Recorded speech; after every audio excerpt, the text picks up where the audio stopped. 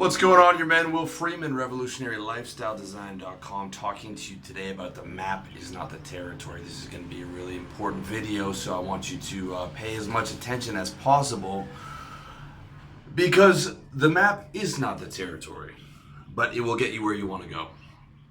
This is a phrase you might have heard if you've studied NLP. You've heard the phrase, the map is the territory. The original metaphor comes from the Copenhagen interpretation by the noted semanticist Korzybski, if I pronounced that right. Semanticist means semantics. It means the meaning of signs and symbols and words and things like that. The best explanation I've heard is from Robert Anton Wilson, one of my favorite writers, who describes the Copenhagen interpretation of Niels Bohr, who was a prominent physicist, as it's called model agnosticism, and holds that any grid we use to organize our experience of the world is a model of the world and should not be confused with the world itself. Alfred Korzybski, the semanticist, tried to popularize this outside of physics with the slogan, "The map is not the territory." Alan Watts, a talented exegete of Oriental philosophy, restated it more vividly as "the menu is not the meal." So that's Robert Anton Wilson speaking out about Korzybski using "the map is not the territory." Alan Watts, another one of my favorite guys, saying "the menu is not a meal." And then those phrases were originally taken and put into NLP, and they've been used in personal development and things like that since then. So in my reality, the map is not the territory, but it's good enough to get you where you want to go. Okay? The menu is not the meal, but it's good enough for getting you what you want to eat. The same logic applies to your belief systems. Okay? Your beliefs are ideas, concepts, and things of that nature, but not actual physical reality, right? It's not that wall right here. That's not a belief, okay? But when you create the right beliefs, then you can get what you want in life, the health, the wealth, the women, the happiness, because they will lead you to that reality, to that territory. They're not the territory, they're the map of it, but they will get you where you want to go, okay? So the right beliefs become the map that will take you where you want to go. Therefore, a smart man makes his beliefs his bitch. Okay? I see a lot of guys, I hear a lot of guys, I read a lot of guys. They're running around, they're slaves to their belief systems, beliefs that haven't been examined since they were 13, 14, 15, that they've taken as objective reality, that is causing them suffering. Okay? There are millions upon millions upon millions of people living in that reality right now with unexamined beliefs that are hurting them. Okay? Smart man is going to make his beliefs his bitch, okay? You don't have to be a slave to negative beliefs anymore, because beliefs are malleable. And you don't have to be a slave to scientism anymore, because you can become an authority on your own reality. And why should you be a slave to scientism? Even the best scientific minds have admitted that they don't know what they're talking about anymore on the metaphysical level. Okay? Science does not have a monopoly on truth.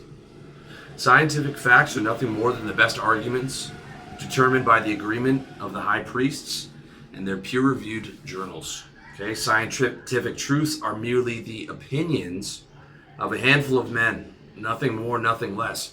And those arguments are constantly being destroyed by newer arguments. Okay? The strongest argument survives, thrives, and outlasts and dominates and destroys the older argument, okay?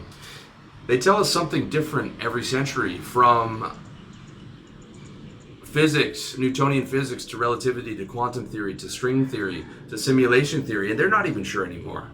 Now they're just positing ideas and theories, okay? At one point they thought they had objective facts. Newton thought he had objective facts, but they're not even sure of that anymore. And that doesn't come as a surprise to me, because trying to grasp reality is like trying to grab the air. It's right in front of you, it's all around you, it's been around you since you were born, but the second you try and grab it, it's gone, right? The second you have that answer, you have more questions.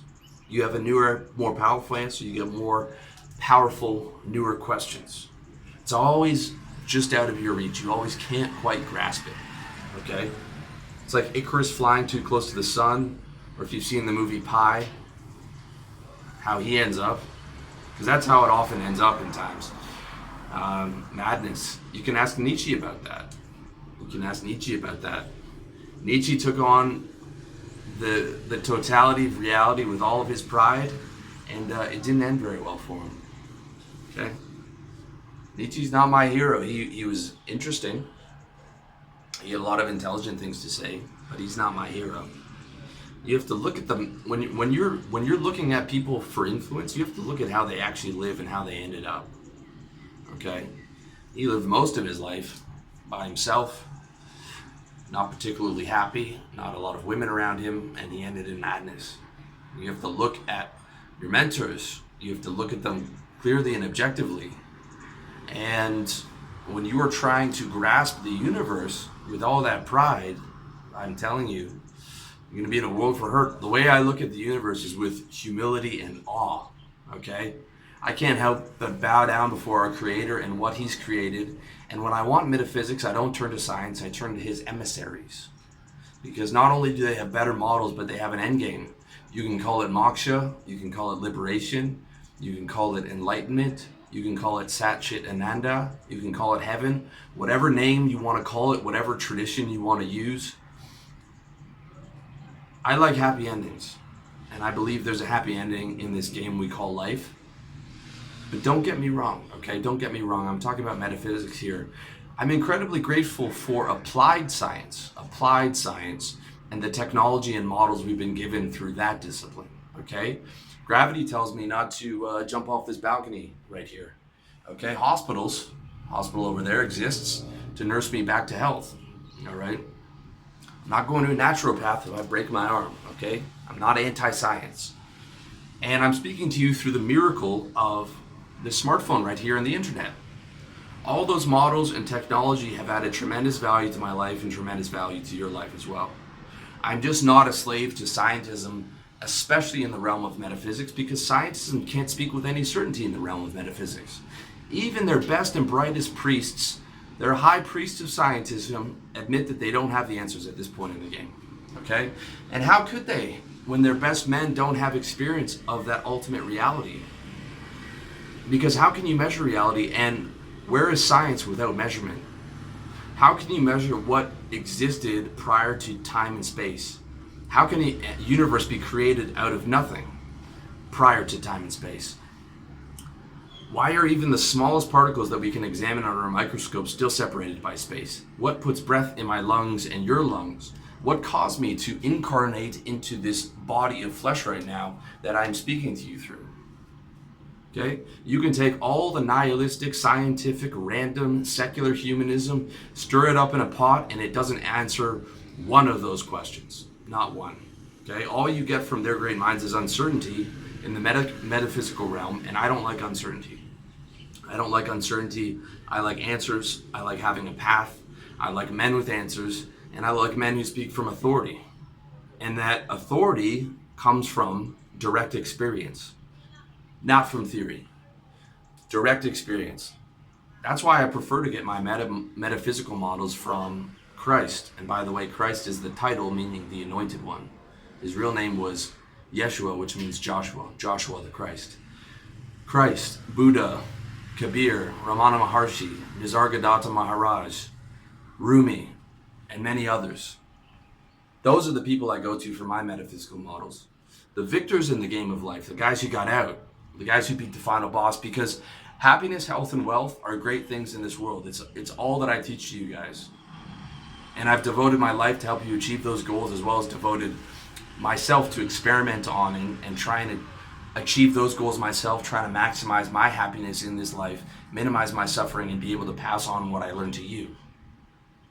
But as happy a lifestyle as you can create, you still have death in the back of your mind, hanging over your shoulder, breathing down the back of your neck, waiting, okay? And tomorrow is not promised today.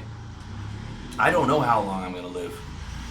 Could be next year, could be 10 years from now, could be 30 years from now, okay?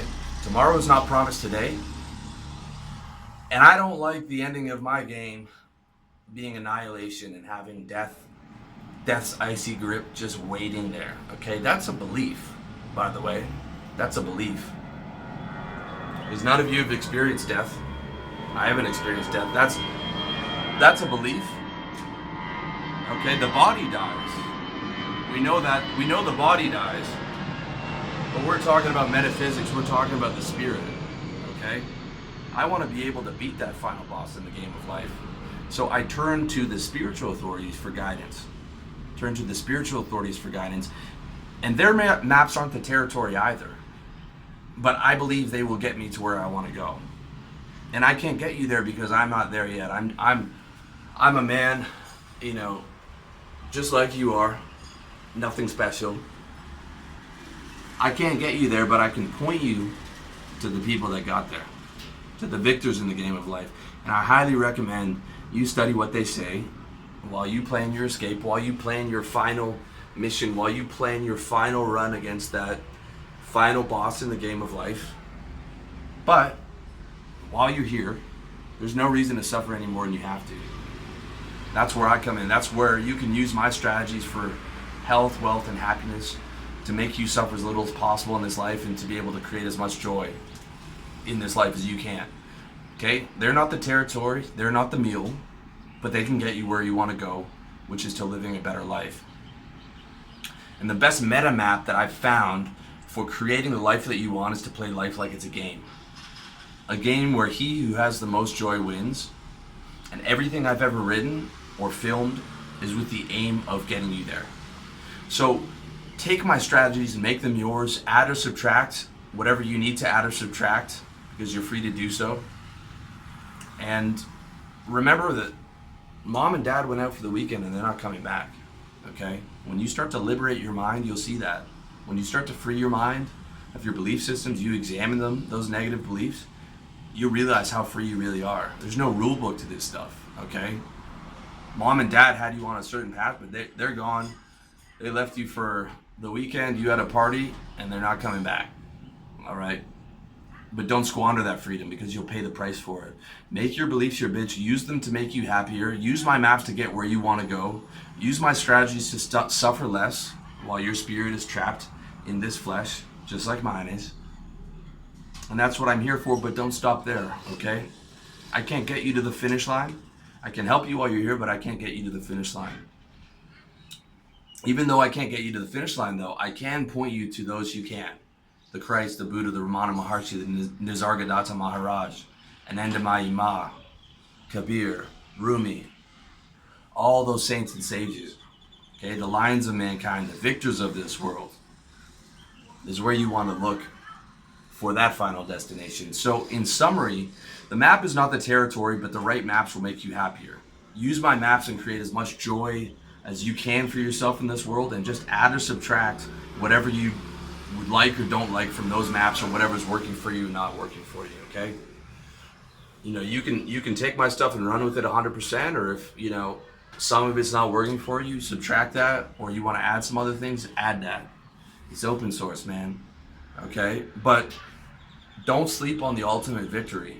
Recognize that science doesn't have the answers, but maybe, just maybe, there are men who can speak with authority on metaphysics, and maybe, just maybe, there are answers to the question of life. Men who can speak with authority because they've experienced that territory. And they've not only experienced that territory, but they've made it their home, their permanent home, okay? Their permanent abode of their spirit. The lions of mankind, the victors of the game of life, take their models, investigate them, use them, and aim for total victory. Be as happy as you can while you're here, but don't forget to keep your eyes on the ultimate prize, okay? If you're agnostic, if you're atheist, I'm perfectly cool with all of that, okay? You can tune some of this stuff out, but I highly recommend that you at least investigate that stuff. If you're here for the next 30 or 40 years, investigate the people who can speak with authority on this stuff. Investigate life. Put your mind to it.